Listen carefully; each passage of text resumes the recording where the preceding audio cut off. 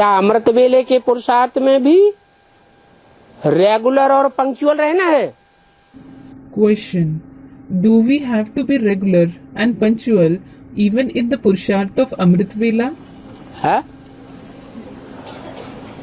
सिर्फ क्लास में रेगुलर या पंक्चुअल होने के लिए बताया कि अमृत वेले के लिए भी बताया?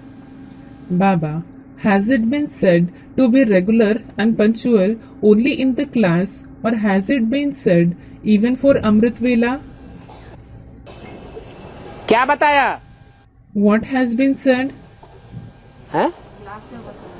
क्लास में रेगुलर और पंक्चुअल रहना है। Student, it has been said for the class. You have to be regular and punctual in the class.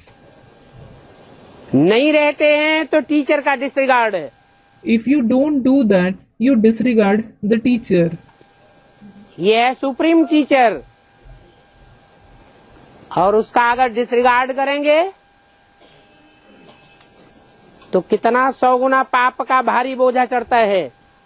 This is the supreme teacher, and if you disregard him, you accumulate such a 100-fold heavy burden. बाकी अमृत वेला कोई बाप का class नहीं है। As for Amrit Vela, it isn't the father's class. ये तो अपनी स्वेच्छा का पुरुषार्थ है। It is the Purusharth of your own will. कोई विशेष आत्माएं ऐसी भी हैं जो सिर्फ हद के अमृत वेले को अमृत वेला नहीं मानती।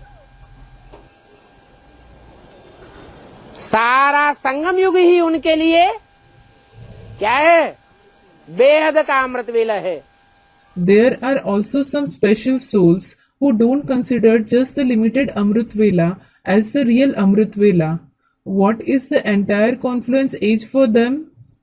It is the unlimited Amrit Vela for them. सोते, जागते, चलते, फिरते, उठते, बैठते, खाते, पीते, सदैव लगन एक ही तरफ लगी हुई है। While sleeping, being awake, walking, moving, standing, sitting, eating, or drinking, their attachment is always towards the one alone. आप मुए, मर गई दुनिया। आप मुए, मर गई दुनिया. It means if you die, the world is dead for you. जब बाहर की दुनिया ही मर गई, खलास हो गई, तो धंधे धोरी भी खलास हो गए। When the world itself is dead, finished, the business etc. also come to an end. फिर जीवन में क्या रह गया? Then what is left in life? है बाप की याद और बाप की सेवा के सिवाय कोई दूसरा काम नहीं रह गया। There is no other work except the Father's remembrance and the Father's service. जो सोते जागते भी ईश्वरीय सेवा में लगे हुए हैं, ऐसे सर्वसेवल बच्चों को बाप याद करता है। Those who are engaged in the service of God, even while sleeping and being awake, the Father remembers such serviceable children. उल्टा हो गया,